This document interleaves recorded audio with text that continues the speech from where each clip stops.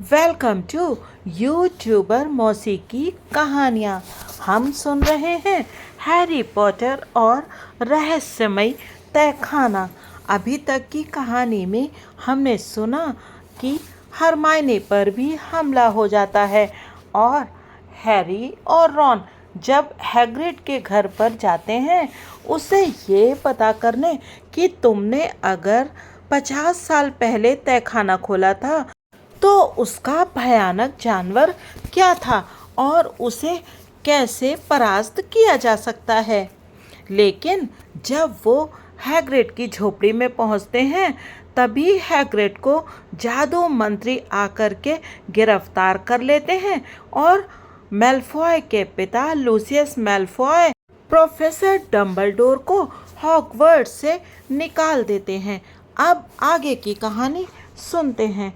अध्याय 15 Eric Gogh. गर्मी का मौसम महल के चारों तरफ के मैदान में चुपके से प्रवेश कर चुका था। आसमान और झील दोनों ही नीले रंग के हो गए तथा ग्रीन हाउसों में लगे फूल पत्ता गोभी की तरह बड़े होकर खिल गए। परंतु महल की खिड़कियों से अब ये नज़ारा नहीं दिखता था कि हैग्रिड मैदान में घूम रहा है और फैंग उसके पीछे पीछे उछल कूद मचा रहा है। इसीलिए हैरी का मन इस नज़ारे को सही मानने को तैयार नहीं था। दरअसल बाहर का माहौल भी महल के अंदर के माहौल से कोई खास बेहतर नहीं था, जहाँ चीज़ें भयानक रूप से गड़बड़ थीं। हैरी और रॉन ने हरमाइनी से मिलने की कोशिश की, परंतु अब मिलने वालों को अस्पताल में प्रवेश करने की इजाज़त नहीं थी। अस्पताल के दरवाजे की दरार से मैडम पॉम्फ्री ने उन्हें गंभीरता से बताया, हम कोई खतरा नहीं उठाना चाहते। नहीं, मुझे खेद है, इस बात की पूरी संभावना है कि हमलावर इन लोगों को जान से मारने के लिए यहाँ आ सकता है। डंबलडोर के चले जाने के बाद हॉगवर्ट्स में दहशत अपनी चरम सीमा पर थी। इसलिए सूरज महल की दीवारों को बाहर से तो गर्माता था, परंतु बंद खिड़कियों पर आकर ठहर जाता था। स्कूल में ऐसा एक भी चेहरा नहीं था जो चिंतित या तनावग्रस्त ना हो। यहाँ तक कि जब कोई गलियारे में हंसता था तो उसकी गूंज इतनी तेज और अस्वाभाविक लगती थी कि उस हंसी को जल्दी ही दबा लिया जाता था। हैरी बार बार डंबलडोर के आखिरी शब्दों को दोहराता जा रहा था, मैं इस स्कूल से सचमुच बाहर तभी जाऊंगा जब यहाँ मेरा एक भी वफादार नहीं बचेगा। मदद मांगने वालों को हॉगवर्ट्स में हमेशा मदद मिलेगी, परंतु इन शब्दों का क्या फ़ायदा? वे किससे मदद मांगे जब सब उन्हीं की तरह दुविधाग्रस्त और डरे हुए थे। इसके बजाय हैग्रिड का मकड़ियों का इशारा समझना ज़्यादा आसान था। समस्या यह थी कि महल में एक भी मकड़ी नहीं बची थी जिसका वे पीछा कर सकें। हैरी ने हर तरफ मकड़ियों की तलाश की। रॉन ने भी मन मारकर उसकी मदद की। जाहिर है कि इस काम में एक बड़ी बाधा ये भी थी कि उन्हें अकेले बाहर घूमने की इजाज़त नहीं थी। वे महल में जहाँ भी जाते थे उन्हें गरुड़ द्वार के दूसरे विद्यार्थियों के समूह के साथ जाना पड़ता था। उनके अधिकांश सहपाठी खुश थे कि उन्हें टीचर एक क्लास से दूसरी क्लास में भेड़ों की तरह हाँक कर सुरक्षित ले जाते थे, परंतु हैरी को इससे बहुत कष्ट होता था। बहरहाल ऐसा लगता था कि दहशत और शंका के इस माहौल में एक विद्यार्थी को बहुत मज़ा आ रहा था।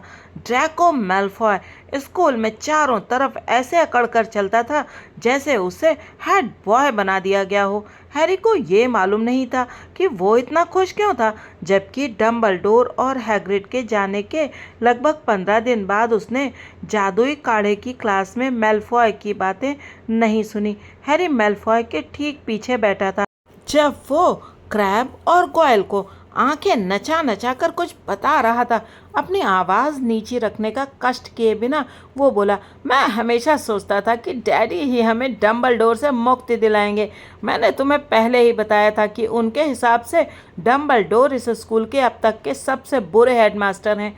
अब शायद हमें कोई अच्छा हेडमास्टर मिल जाएगा, ऐसा हेडमास्टर जो रहस्यमयी तहखाने को बंद नहीं रखना चाहता होगा। मैगोनागल ज़्यादा समय तक नहीं चलेंगी, वे तो सिर्फ काम चलाऊ व्यवस्था हैं।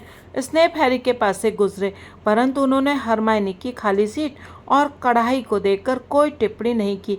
मेलफॉय ने जोर से कहा, सर, आप हेडमास्टर के पद के लिए आवेदन क्यों नहीं देते? अरे अरे मेलफॉय, स्नेप ने कहा, हालांकि रोकते रोकते भी उनके पतले होंठों पर मुस्कान आ ही गई।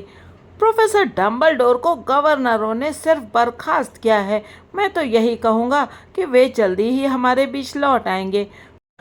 वो तो ठीक है सर, मेलफॉय ने दांत निकालते हुए कहा, परंतु सर, अगर आप इस पद के लिए आवेदन करें तो मुझे उम्मीद है कि डैडी का वोट आपको ही मिलेगा। सर, मैं डैडी को बता दूंगा कि आप यहाँ के सबसे अच्छे टीचर हैं। स्नेप जब तहखाने में चारों तरफ घूम रहे थे तो उनके चेहरे पर दबी मुस्कान थी। सौभाग्य से उन्होंने सीमस फिनिगन को नहीं देखा, जो अपनी कढ़ाई में उल्टी करने का नाटक कर रहा था। मैं हैरान हूँ कि अब तक बच्चातों ने अपना सामान क्यों नहीं बांधा, मेलफॉय ने आगे कहा। 5 गैलियन की शर्त लगा सकता हूँ कि अगली बार जिस पर भी हमला होगा वो जरूर मरेगा। अफसोस कि वो ग्रेंजर नहीं होगी। उसी समय घंटी बजी, जो बहुत अच्छी बात रही। मेलफॉय के आखिरी शब्द सुनकर रॉन ने अपने स्टूल से उछलकर उस तक पहुंचने की कोशिश की थी, परंतु बैग तथा किताबें बटोरने की हड़बड़ी में इस तरफ किसी का भी ध्यान नहीं गया। जब हैरी और डीन ने उसके हाथ पकड़ लिए तो रॉन घुर्राया, मुझे उसे मजा चखाने दो, मुझे किसी की परवाह नहीं है, मुझे अपनी छड़ी की भी ज़रूरत नहीं है, मैं अपने हाथों से उसका गला दबा दूंगा। जल्दी करो, मुझे तुम लोगों को जड़ी बूटियों का ज्ञान की क्लास में ले जाना है।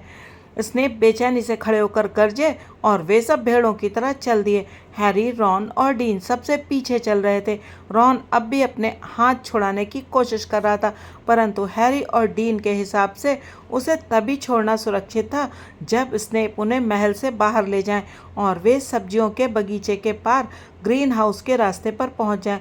जड़ी बूटियों का ज्ञान की क्लास बहुत खामोश थी। अब इसके 2 विद्यार्थी कम हो गए थे, जस्टिन और हरमाइनी।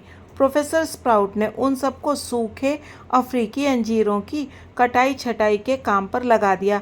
हैरी जब मुरझाए हुए डंठलों को हाथ में भरकर खाद के ढेर पर रखने गया तो अर्नी मैकमिलन उसके ठीक सामने खड़ा था। अर्नी ने गहरी सांस ली और बहुत औपचारिक ढंग से बोला, मैं बस इतना कहना चाहता हूँ हैरी कि मुझे अफसोस है जो मैंने कभी तुम पर शक किया। मैं जानता हूँ कि तुम कभी हरमाइनी ग्रेंजर पर हमला नहीं करोगे और मैं अपनी कही सभी बातों के लिए माफ़ी मांगता हूँ।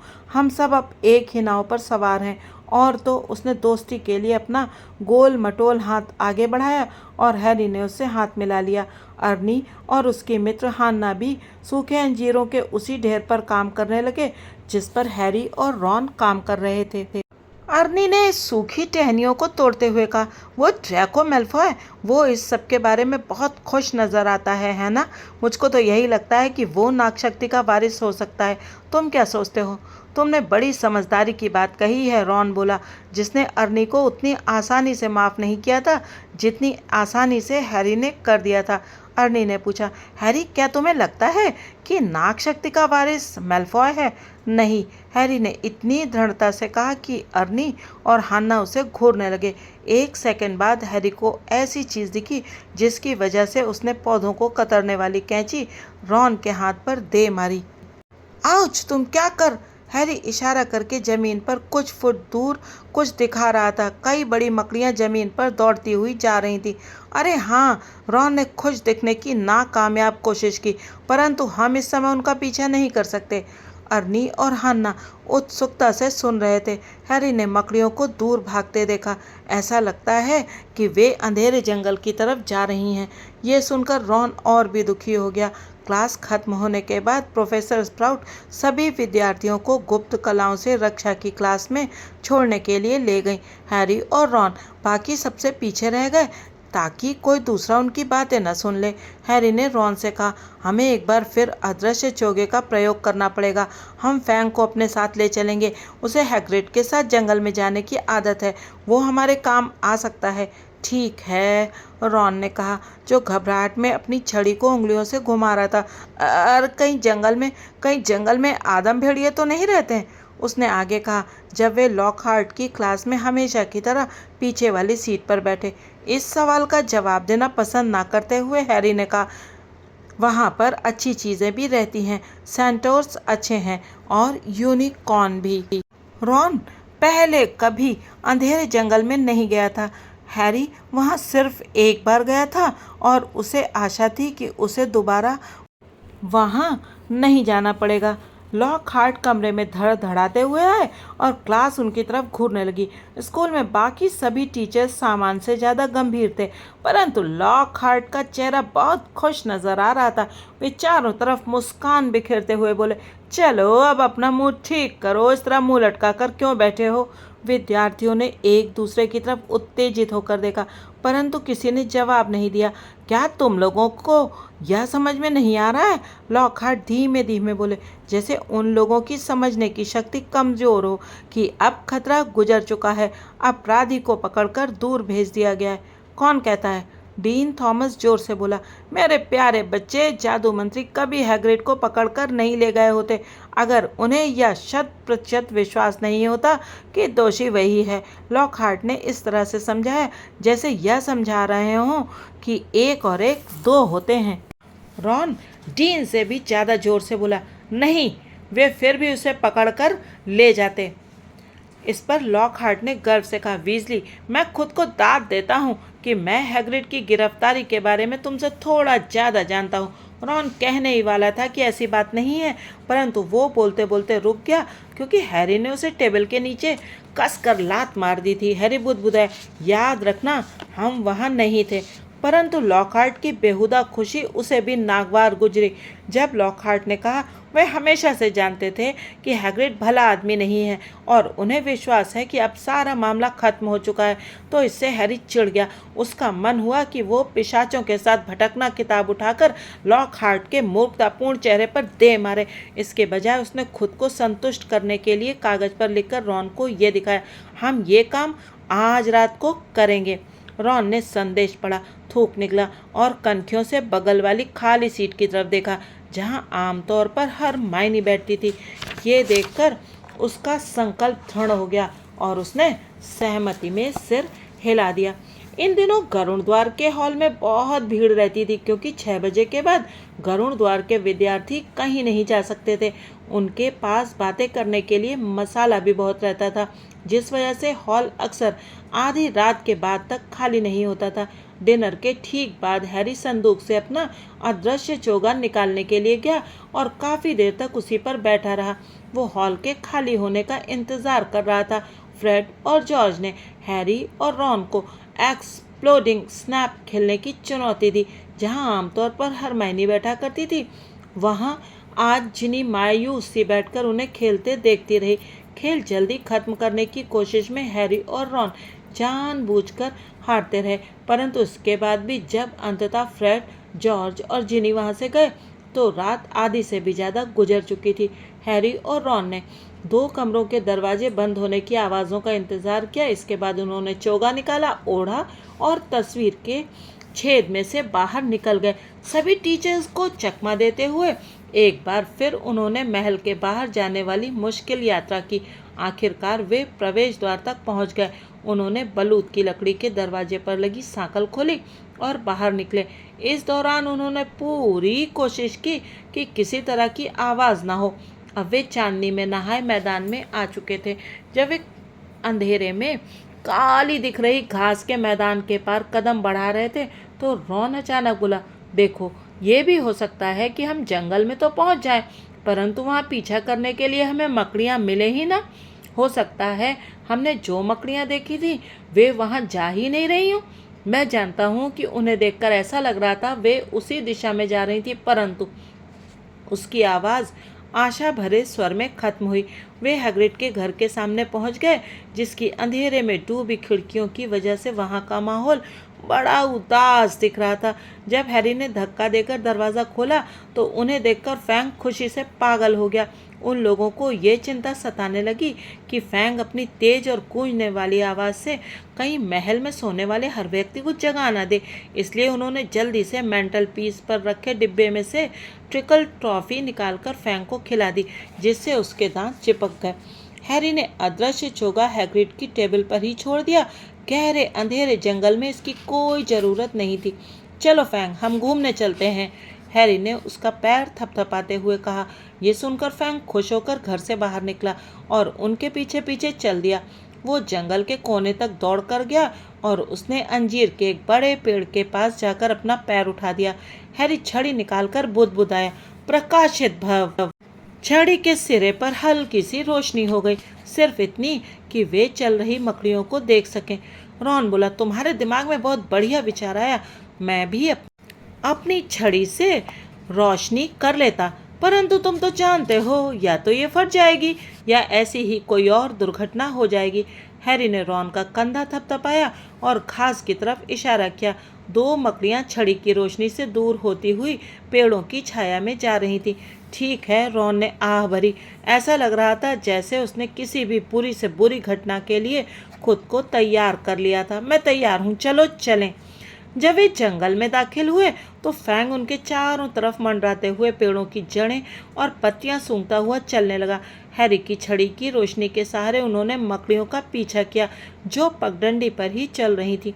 वे लगभग 20 मिनट तक बिना बोले चलते रहे और टूटी टहनियों तथा खरखराती पत्तियों के अलावा दूसरी आवाज़ें सुनने की कोशिश करते रहे। फिर जब पेड़ इतने ज़्यादा घने हो गए कि आसमान के सितारे नजर आना बंद हो गए और अंधेरे के समुद्र में सिर्फ हैरी की छड़ी ही चमक रही थी, तब उन्होंने देखा कि मकड़ियां पगडंडी छोड़ रही हैं। हैरी ठहरा और उसने ये देखने की कोशिश की कि मकड़ियां कहाँ जा रही थी, परंतु उसकी रोशनी के छोटे से दायरे के बाहर की हर चीज़ गहरे अंधेरे में डूबी थी। वो पहले कभी जंगल में इतनी गहराई तक नहीं गया था। उसे अच्छी तरह याद था कि जब वो पिछली बार यहाँ आया था तो हैग्रिड ने उसे सलाह दी थी कि वो जंगल में जाते समय पगडंडी न छोड़े, परंतु अब हैग्रिड मीलों दूर था, शायद अज़्काबान जेल की किसी काल कोठरी में, और उसी ने तो उनसे मकड़ियों का पीछा करने को कहा था। किसी नम चीज़ ने हैरी का हाथ छुआ जिससे वो पीछे की तरफ उछल पड़ा। इससे रॉन का पैर दबकर चकनाचूर सा हो गया। हैरी ने देखा कि वो नम चीज़ कुछ और नहीं बल्कि फैंग की नाक थी। तुम क्या कहते हो? हैरी ने रॉन से पूछा, जिसकी आंखें उस छड़ी की रोशनी में दिख रही थी। रॉन बोला, हम इतनी दूर तक तो आ ही गए हैं। इसलिए वे पेड़ों के बीच में से जा रही मकड़ियों की छायाओं के पीछे पीछे चल दिए। वे बहुत तेजी से नहीं चल सकते थे क्योंकि रास्ते में पेड़ों की जड़ें और ठूंठ आ रहे थे जो घुप अंधेरे में मुश्किल से नजर आते थे। हैरी को अपने हाथ पर फैंग की गर्म सांस महसूस हो रही थी। वे कई बार रुके ताकि हैरी नीचे झुककर छड़ी की रोशनी में मकड़ियों को खोज सके। वे काफ़ी देर तक चलते रहे। ऐसा लग रहा था जैसे वो आधा घंटे तक चले होंगे। उनके दुशाले नीचे झुकी शाखाओं और कांटेदार झाड़ियों में उलझ रहे थे। कुछ समय बाद उन्होंने देखा कि जमीन पर नीचे की तरफ ढलान शुरू हो गई थी। हालांकि पेड़ अब भी उतने ही घने थे। तभी फैंग अचानक जोर से भौंका। उसकी आवाज़ इतनी तेजी से गूंजी कि हैरी और रॉन दोनों ही उछल पड़े। क्या है? रॉन ने घुप अंधेरे में चारों तरफ देखते हुए तेजी से कहा और हैरी की कोहनी कसकर पकड़ ली। हैरी बोला, वहाँ कोई चीज़ हिल रही है, सुनो। ऐसा लगता है कोई बड़ी चीज़ है। उन्होंने सुनने की कोशिश की। उनकी दाईं तरफ थोड़ी दूर पर कोई बड़ी चीज़ पेड़ों के बीच से निकलने का रास्ता बनाती हुई टहनियाँ तोड़ रही थी। अरे नहीं, रॉन बोला। अरे नहीं, अरे नहीं, अरे चुप रहो, हैरी ने उत्तेजित होकर कहा। वो तुम्हारी आवाज़ सुन लेगा। रॉन असामान्य रूप से तेज़ आवाज़ में बोला। मेरी आवाज़? उसने पहले ही फैंग की आवाज़ सुन ली होगी। जब वे दहशत में खड़े होकर इंतजार कर रहे थे तो अंधेरा उनकी आंखों की पुतलियों पर दबाव डालने लगा। एक अजीब सी घरघराहट की आवाज़ उनके कानों में पड़ी और फिर खामोशी छा गई। हैरी ने पूछा, तुम्हें क्या लगता है वो क्या कर रहा होगा? रॉन ने जवाब दिया, शायद हमला करने की तैयारी। कांपते हुए, हिलने तक से डरते हुए वे इंतज़ार करते रहे। हैरी फुसफुसाया, तुम्हें क्या लगता है वो चला गया? पता नहीं। तभी उनकी दाईं तरफ अचानक रोशनी का विस्फोट सा हुआ। ये रोशनी अंधेरे में इतनी तेजी से चमक रही थी कि दोनों ने अपनी आंखों को चौंधियाने से बचाने के लिए उन पर हाथ रख लिए। फैंग किकियाने लगा और उसने भागने की कोशिश की, परंतु इस प्रयास में वो कांटों भरी एक झाड़ी में जा गिरा और पहले से भी ज़्यादा तेजी से किकियाने लगा। हैरी! रॉन चिल्लाया। उसकी आवाज़ अब राहत से भरी थी। हैरी, ये तो हमारी कार है। क्या? देखो तो सही। हैरी रॉन के पीछे पीछे लड़खड़ाता हुआ रोशनी की दिशा में गया। वे दोनों गिरते पड़ते हुए चलते रहे और एक पल बाद एक खुली जगह पर पहुंच गए। मिस्टर वीजली की कार वहां मोटे वृक्षों के घेरे के बीच खड़ी थी। पेड़ों की घनी शाखाओं की छत के नीचे खड़ी इस कार की हेडलाइट्स जल रही थी। जब रॉन मुंह खोले उसकी तरफ बढ़ा तो कार धीमे से उसकी तरफ आगे बढ़ी, ठीक उसी तरह जिस तरह कोई बड़ा कुत्ता अपने मालिक का स्वागत करता है। यह पूरे समय यहीं पर थी। रॉन खुशी से कार के चारों तरफ घूमते हुए बोला, इसकी तरफ देखो, जंगल ने इसका क्या हाल कर दिया है। कार पर चारों तरफ खरोंचों और कीचड़ के निशान थे। ये स्पष्ट था कि इस दौरान कार अपनी मर्जी से जंगल में चारों तरफ घूमती रही थी। फैंग कार में ज़्यादा दिलचस्पी नहीं ले रहा था। वो हैरी से चिपक कर खड़ा रहा और कांपता रहा। हैरी की सांस दोबारा सामान्य गति से चलने लगी और उसने अपनी छड़ी वापस अपने दुशाले में रख ली। और हम सोच रहे थे कि ये हम पर हमला करने वाली है, रॉन ने कार पर टिकते हुए और उसे थपथपाते हुए कहा। मैं यही सोच रहा था कि ये न जाने कहाँ चली गई। हैरी ने रोशनी से नहाई जमीन पर चारों तरफ मकड़ियों की तलाश की, परंतु वे सब हेडलाइट की रोशनी से दूर चली गई थी।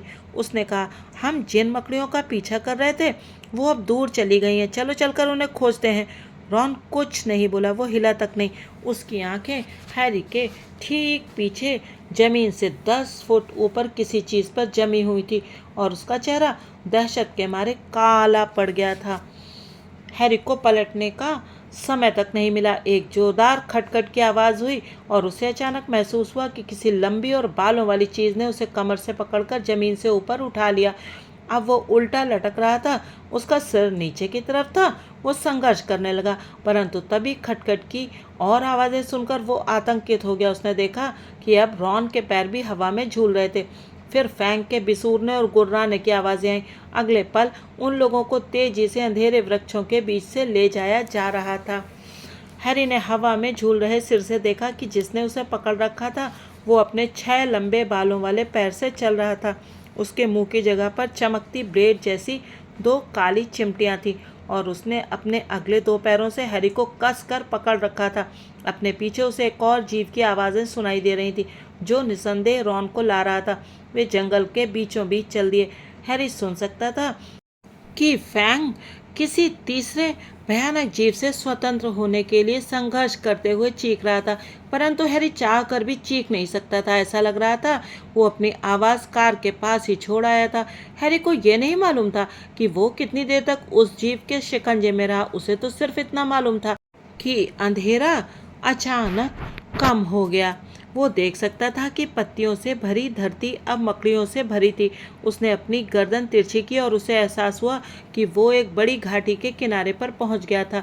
इस घाटी के पेड़ साफ कर दिए गए थे, इसलिए अब उसे सितारे दिख रहे थे और उसकी आंखों के सामने इतना ज़्यादा भयानक दृश्य था जितना उसने आज तक नहीं देखा था। मकड़ियाँ, छोटी मकड़ियाँ नहीं जो नीचे पत्तियों पर चल रही थी, बल्कि घोड़े के आकार की 8 आँखों और 8 पैरों वाली काली बालों वाली दैत्याकार मकड़ियाँ। जो हैरी को ले जाने वाली भीमकाय मकड़ी अब ढलान पर नीचे की तरफ जाने लगी थी। वो उसे घाटी के ठीक बीच में से गुंबद के आकार वाले एक धुंधले जाले की तरफ ले जा रही थी। उसके साथ ही उसे चारों तरफ से घेरे थे और उसके वजनी शिकार को देखकर रोमांचित स्वर में अपनी चिमटियों से खट खट कर रहे थे।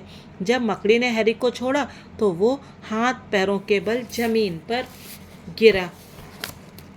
रॉन और फैंग भी उसके पास आकर गिरे। फैंग अब बिल्कुल नहीं चीख रहा था, बल्कि अपनी जगह पर चुपचाप दुबका हुआ था। रॉन का हाल भी हैरी की तरह ही था। उसका मुंह खामोश चीख की मुद्रा में चौड़ा फैला था और उसकी आंखें बाहर निकली पड़ रही थी। अचानक हैरी को यह एहसास हुआ कि जिस मकड़ी ने उसे गिराया था वो कुछ कह रही थी। वो क्या कह रही थी ये समझना मुश्किल था, क्योंकि वो हर शब्द बोलने के साथ अपनी चिमटियों से खटखट कर रही थी। एरेगॉग, उसने आवाज़ दी, एरेगॉग। और गुंबद के आकार वाले धुंधले जाले के बीच से छोटे हाथी जैसा एक बड़ा मकड़ा बहुत धीमे धीमे चलकर सामने आया। उसके काले शरीर और पैरों पर सफ़ेद धब्बे थे और उसके चिमटियों वाले बदसूरत सिर में लगी आंखें दूध की तरह सफ़ेद थीं। वो अंधा था। क्या है? उसने अपनी चिमटियों से तेजी से खटखट करते हुए पूछा। इंसान, हैरी को पकड़ने वाली मकड़ी ने चिमटियां बजाते हुए कहा। क्या हैग्रिड है? एरेगॉग ने पास आते हुए पूछा। उसकी 8 दूधियां आंखें इधर उधर भटक रही थी। अजनबी हैं, रॉन को लाने वाली मकड़ी ने जवाब दिया। उन्हें मार डालो, एरेगॉग चिड़चिड़े स्वर में बोला। मैं सो रहा था, हम हैग्रिड के दोस्त हैं, हैरी चिल्लाया। उसे लग रहा था जैसे उसका दिल उसके सीने से बाहर निकलकर उसके गले में धड़कने लगा था। घाटी में चारों तरफ मकड़ियों की चिमटियों की आवाज़ें आने लगी। खट खट खट खट। एरेगॉग ठहरा। वो धीमे से बोला, हैग्रिड ने पहले कभी इंसानों को यहाँ नहीं भेजा। हैरी ने बहुत तेजी से सांस लेते हुए कहा, हैग्रिड मुश्किल में है, इसीलिए हम यहाँ आए। मुश्किल में? बूढ़े मकड़े ने कहा, और हैरी को लगा कि उसकी चिमटियों की खटखट के बीच में चिंता का भाव भी छुपा था। परंतु उसने तुम्हें क्यों भेजा? हैरी ने खड़े होने के बारे में सोचा, परंतु इरादा बदल दिया। उसे विश्वास नहीं था कि उसके पैर उसे सहारा दे पाएंगे, इसलिए वो जमीन पर पड़े पड़े यथासंभव शांत स्वर में बोला, स्कूल के लोग सोचते हैं कि हैग्रिड विद्यार्थियों पर कोई भयानक जानवर छोड़ रहा है, इसीलिए उसे पकड़कर अज़्काबान जेल भेज दिया गया है। एरेगॉग ने अपनी चिमटियों से बेतहाशा खटखट की और घाटी में चारों तरफ जमा मकड़ियों ने उसे दोहराया। ऐसा लग रहा था जैसे तालियां बज रही हों। फर्क सिर्फ इतना था कि तालियां बजने से आमतौर पर हैरी डर के मारे जम नहीं जाता था। एरेगॉग ने सोचते हुए कहा, परंतु वो तो बरसों पहले की बात है, बरसों पहले की। मुझे अच्छी तरह याद है, इसीलिए उन्होंने उसे स्कूल से निकाल दिया था। उन्हें यकीन था कि मैं ही वो भयानक जानवर था जो वहाँ रहता है, जिसे लोग रहस्यमयी तहखाना कहते हैं। वे सोचते थे कि हैग्रिड ने तहखाना खोल दिया था और मुझे आज़ाद कर दिया था। और तुम रहस्यमयी तहखाने वाले भयानक जानवर नहीं हो? हैरी ने कहा, जिसके माथे पर ठंडा पसीना आ गया था। मैं?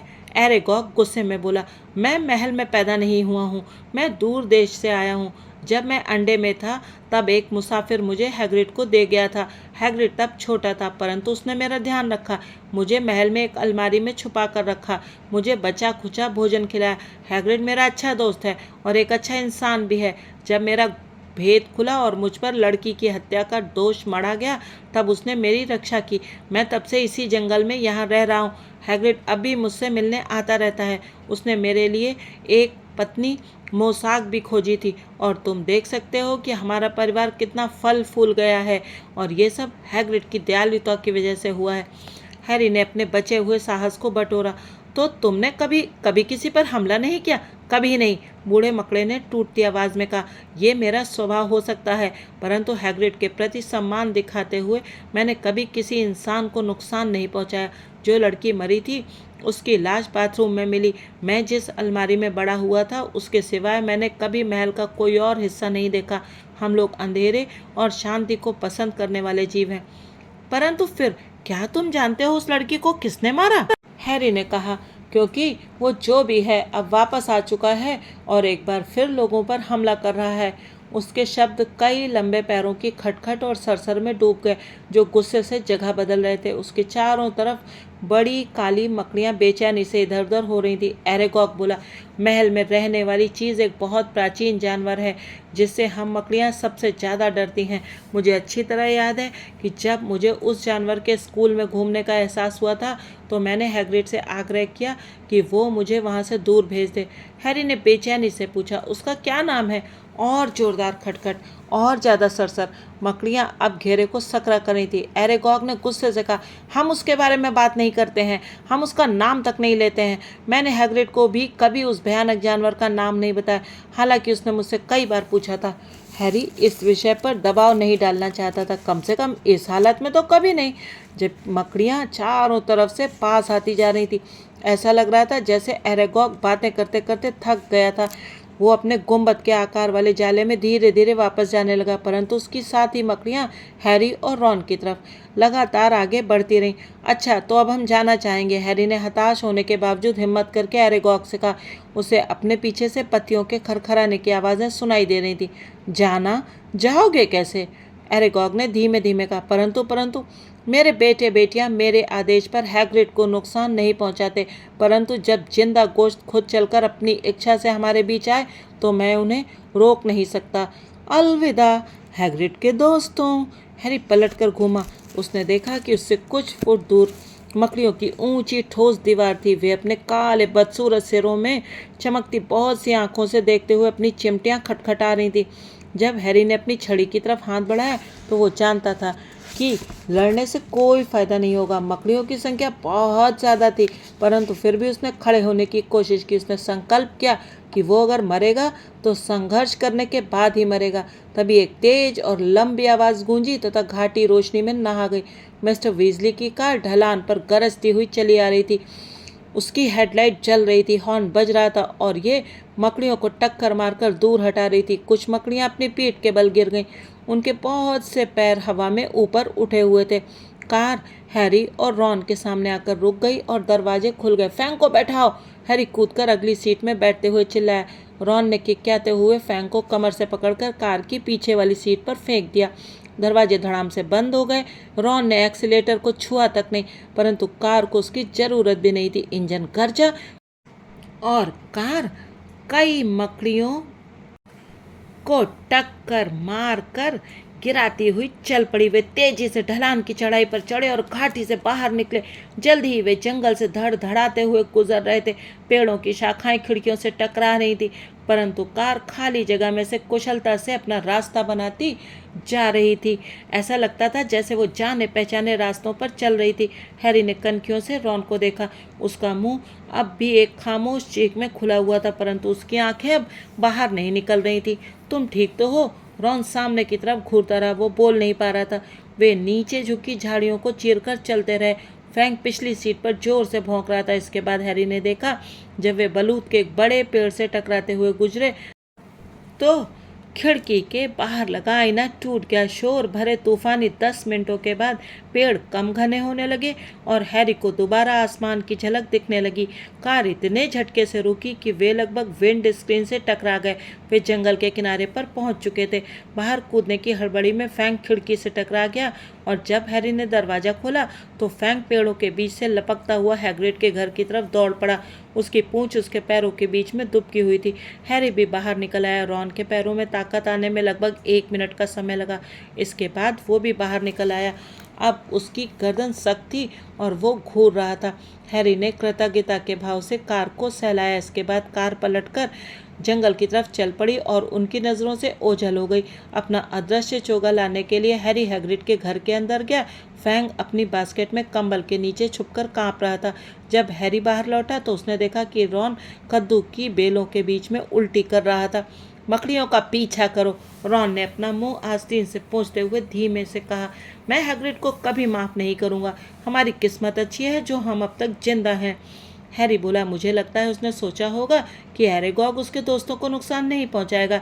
हैग्रिड के साथ यही तो समस्या है। रॉन हैग्रिड के घर की दीवार पर मुक्का मारते हुए बोला। वो हमेशा सोचता है कि भयानक जानवर उतने बुरे नहीं हैं जितना कि उन्हें माना जाता है। देखो, इसी कारण वो कहाँ पहुंच गया है, अज़्काबान जेल की कोठरी में। अब रॉन बुरी तरह कांप रहा था। मैं ये जानना चाहता हूँ कि हमें वहाँ भेजने से क्या फ़ायदा हुआ, हमें वहाँ क्या मालूम हुआ। यही कि हैग्रिड ने रहस्यमयी तहखाना नहीं खोला था, हैरी ने कहा। फिर उसने रॉन के ऊपर चोगा डाला और उसका हाथ खींचा ताकि वो चलना शुरू करे। हैग्रिड निर्दोष है, रॉन जोर से फुफकारने लगा। जाहिर है, उसके हिसाब से एरेगॉग को अलमारी में पालना निर्दोष की श्रेणी में नहीं आता था। जब महल करीब आया तो हैरी ने अच्छी तरह से तसल्ली कर ली कि उनके पैर चोगे में छुपे थे। फिर उन्होंने चरमराने वाले अगले दरवाजे को धक्का देकर थोड़ा सा खोला। वो सावधानी से प्रवेश हॉल के पार जाते हुए संगमरमर की सीढ़ियों से ऊपर चढ़े। जब वो उन गलियारों के पास से गुजरे जहां चौकन्ने पहरेदार पहरा दे रहे थे तो अपनी सांस रोककर चले। आखिर वे गरुड़ द्वार के हॉल में सुरक्षित पहुंच गए, जहां आग अब सुलगती राख में बदल चुकी थी। उन्होंने चोगा उतारा और अपने कमरे की तरफ जाने वाली सीढ़ियों पर चढ़ने लगे। कपड़े बदलने का कष्ट किए बगैर रॉन अपने बिस्तर पर लुढ़क गया। बहरहाल हैरी को ज़्यादा नींद नहीं आ रही थी। वो पलंग के सिरहाने पर बैठकर एरेगॉग की कही हर बात पर देर तक विचार करता रहा। हैरी ने सोचा कि महल में छुपा हुआ जीव एक तरह से जानवरों का वोल्डेमॉर्ट लगता है। दूसरे भयानक जानवर उसका नाम नहीं लेना चाहते, परंतु उसे और रॉन को ये पता नहीं चल पाया कि वो भयानक जानवर कौन है या वो अपने शिकारों को किस तरह से बेजान करता है। हैग्रिड को भी ये नहीं मालूम था कि रहस्यमय तहखाने में कौन सा भयानक जानवर रहता है। हैरी ने अपने पैर बिस्तर पर रखे और तकिए से टिक गया। वो टावर की खिड़की से चमकते हुए चांद को देख रहा था। उसे ये नहीं सूझ रहा था कि अब क्या किया जा सकता है। वो जिस रास्ते पर भी गए थे वो बंद मिला था। रिडल ने गलत आदमी को पकड़ लिया था। नाग शक्ति का वारिस बच निकला था और किसी को भी ये नहीं मालूम था कि इस बार जो व्यक्ति रहस्यमय तहखाना खोल रहा था वो वही व्यक्ति है या नहीं जिसने पिछली बार उसे खोला था। कोई ऐसा नहीं था जिसे ये पूछा जा सके। हैरी लेट गया। वो अभी एरेगॉग की कई बातों के बारे में सोच रहा था। वो आधी नींद में पहुंच गया था कि तभी उसके मन में एक विचार आया। वो जानता था कि ये उनकी आखिरी उम्मीद थी, इसलिए वो सीधे तनकर बैठ गया। रॉन! हैरी अंधेरे में फुसफुसाया। रॉन! रॉन! रॉन अंधेरे में फैंग की तरह किकियाते हुए जागा। चारों तरफ बौखलाकर घूरने के बाद उसने हैरी को देखा। कोने से आ रहे नेविल के तेज खर्राटों को नज़रअंदाज करते हुए हैरी बोला, रॉन, वो लड़की जो मरी थी, एरेगॉग ने कहा कि वो बाथरूम में मिली थी। कहीं ऐसा तो नहीं कि उसने कभी बाथरूम छोड़ा ही ना हो? कहीं ऐसा तो नहीं कि वो अब भी वहीं हो? रॉन ने अपनी आंखें मली और चांदनी में त्योरियां चलाईं और फिर वो समझ गया। तुम्हें ये तो नहीं लगता कहीं मायूस मीना तो नहीं? तो आज हैरी और रॉन को इसी उलझन को सुलझाने के लिए छोड़ देते हैं। अगले भाग में जानेंगे कि क्या रॉन और हैरी को ये पता लगा कि वो रहस्यमय जानवर कौन था और क्या बेजान हुए लोग वापस से ठीक हो पाए या नहीं। तब तक आप बने रहिए यूट्यूबर मौसी की कहानियाँ के साथ और सुनते रहिए हैरी पॉटर की मज़ेदार कहानी। Thanks for watching.